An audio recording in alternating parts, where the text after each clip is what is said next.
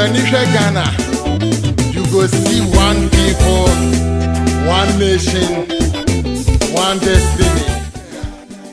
The core of our job creation program is TVET, to produce more skilled, technical, and vocational trained professionals to fill the job market. What is government's role in job creation? Government's role in job creation is, one, to grow the economy. Because as the economy grows, it throws up sustainable jobs automatically by itself. In every growing economy, jobs are being created. And so we need to accelerate the growth of our economy to above 8% per annum, in order that we're throwing out enough jobs to be able to absorb the graduates that are coming out of our various levels of our educational system.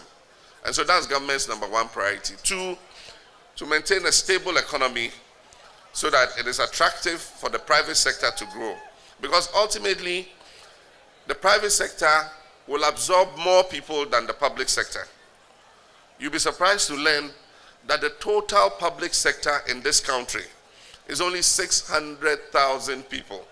All the teachers, all the doctors, all the nurses, all the midwives, all the politicians, public servants like me, all the watchmen, the laborers, everybody on government's payroll are only 600,000 in a population of 27 million people.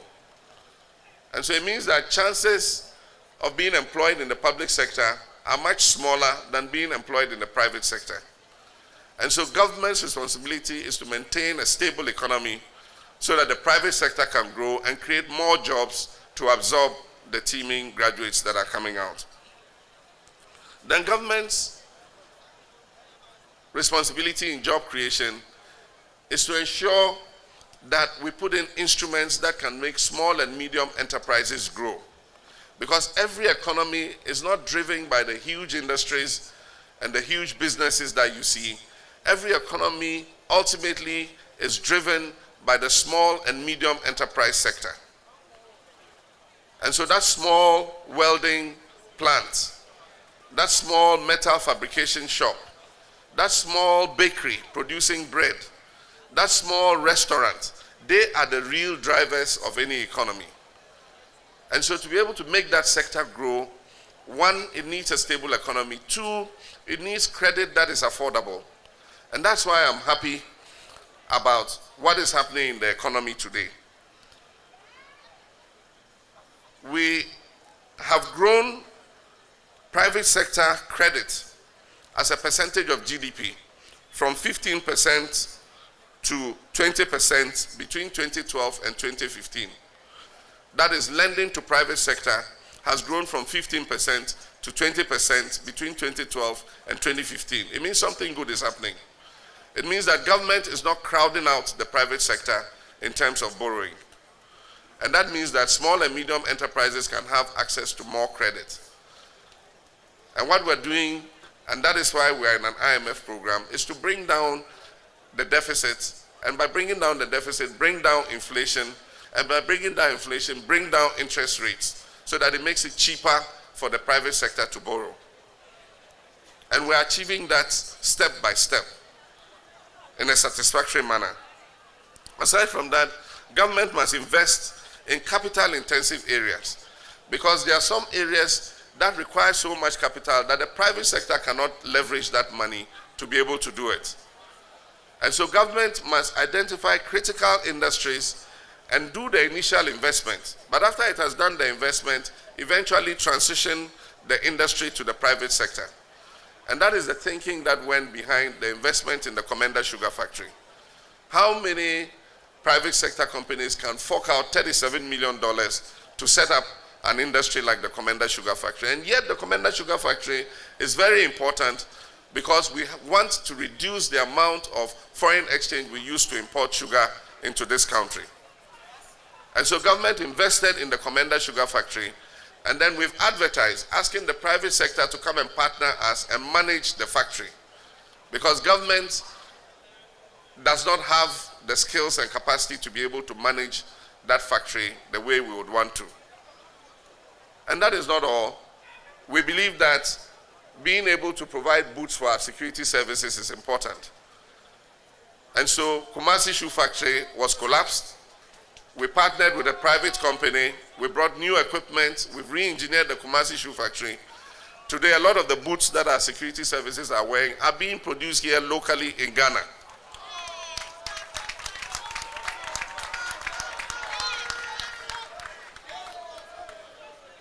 If you read our manifesto, we've talked about revamping the Nkrumah era industries, because Dr. Kwame Nkrumah was a man who had a vision for Ghana. With an expanding educational sector, he realized that all these graduates are going to come out and they're going to be looking for jobs. And so he started setting up industries all over the country. Unfortunately, because they were state managed and they were not managed in the way they should, most of them collapsed.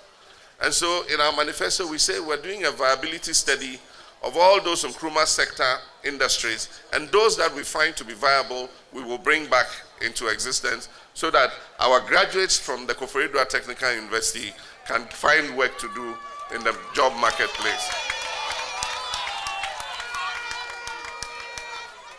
So as I'm speaking, we are doing a feasibility study of the Abosso glass factory, because every piece of glass you see here in Ghana is imported, from louver blades, sliding windows, bottles, glasses, everything is imported. And so we're doing a feasibility study to revamp the Abosso glass factory, because we have the material for producing glass here.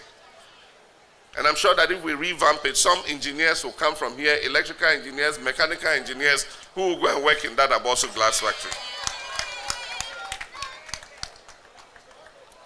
We are revamping and expanding the Tama port so that those who want to go into transportation management and all those things can find job to do.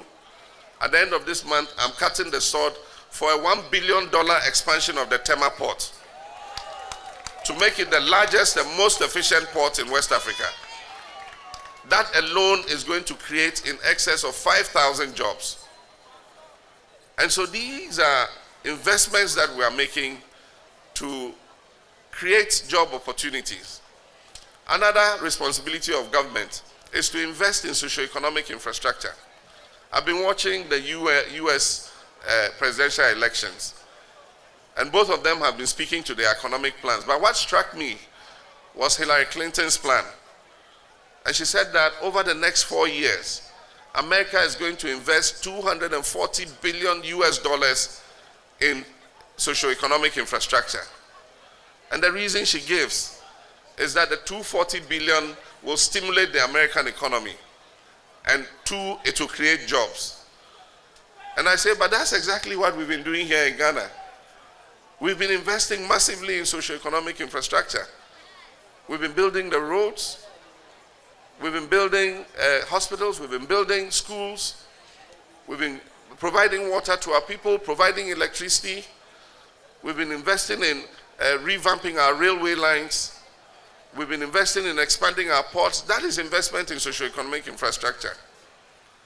And when you do that, it stimulates the economy because the money goes back to suppliers. And so for each of those community-day senior high schools we built, and they were mostly Ghanaian contractors who built them, the money goes to our own Ghanaian contractors, who pay cement suppliers, who pay iron rod suppliers, who pay their tipper operators, who pay their excavator operators, who pay their masons, their foremen, their electricians, their carpenters, their steel benders, their tile layers, and all those people. And that money goes into Ghanaian pockets and puts food on the table for Ghanaians. But that's not all. After you have finished building that school, my younger brothers are in colleges of education. It provides opportunity for us to employ more of them to come and teach our children. Because each of those secondary schools employs not less than 60 teaching and non-teaching staff. And so that creates more employment opportunity. And so one of government's responsibility is to continue investment in public works. And that is one of the things this government has been doing. Aside from that, It is important for us to provide our young people with the skills to be able to go into the world of work. And that is why we are converting the polytechnics into technical universities. That's why we have the Youth Employment Agency, so that young people who finish JHS and SHS can go into the Youth Employment Agency and during that period be able to learn a skill so that they can also come out and go into the world of work. That is why we have the Youth Enterprise Support Initiative, which we started with a seed money of 10 million, so that graduates like you who have an idea, you want to become entrepreneurs, you want to become employers, not employees, you can apply to the Youth Enterprise Support Initiative with your idea. They will help you develop it into a feasibility study, and they will finance it. And then you set up your own business.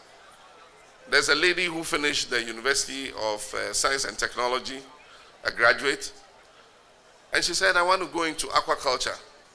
The Youth Enterprise Support Initiative developed the feasibility study for her. They financed her to buy the fish cages, to get the location, to get capital to buy her fish feed. Today, as I speak, this girl who finished the University of Science and Technology is employing 20 people on her fish farm.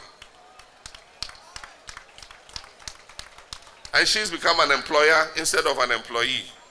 She's become an entrepreneur. And she's growing at a fast rate. There's this boy who finished primary school and didn't continue. He went and learned metal fabrication, how to produce gates, security gates, and other metal furniture and all those things. And he came and started working in a small workshop, but he didn't have the equipment. So he had to take, when he goes and buy the metal, he has to take it to somebody's workshop, go and pay them to mold it for him, bend it into the shapes he wants. Then he brings it back to his workshop, he welds it, and then he does his steel chair, or he does his gate or something. And so he needed 5 pieces of equipment. The Youth Enterprise Support Initiative financed the 5 pieces of equipment for him and gave him capital to buy his metal pieces for his business. On International Youth Day, his workshop was one of those I visited. He's employed 5 people to join him. He used to work alone with his cousin, 2 of them. He's employed 4 other people to join his cousin. And so he's the boss and he has 5 people working under him. That is what we call changing lives, changing people's lives one by one. Some of these lives don't matter to some people. And so when you're making these small changes in people's lives, people don't realize that this country is changing. We're not waiting for change. The country is changing already.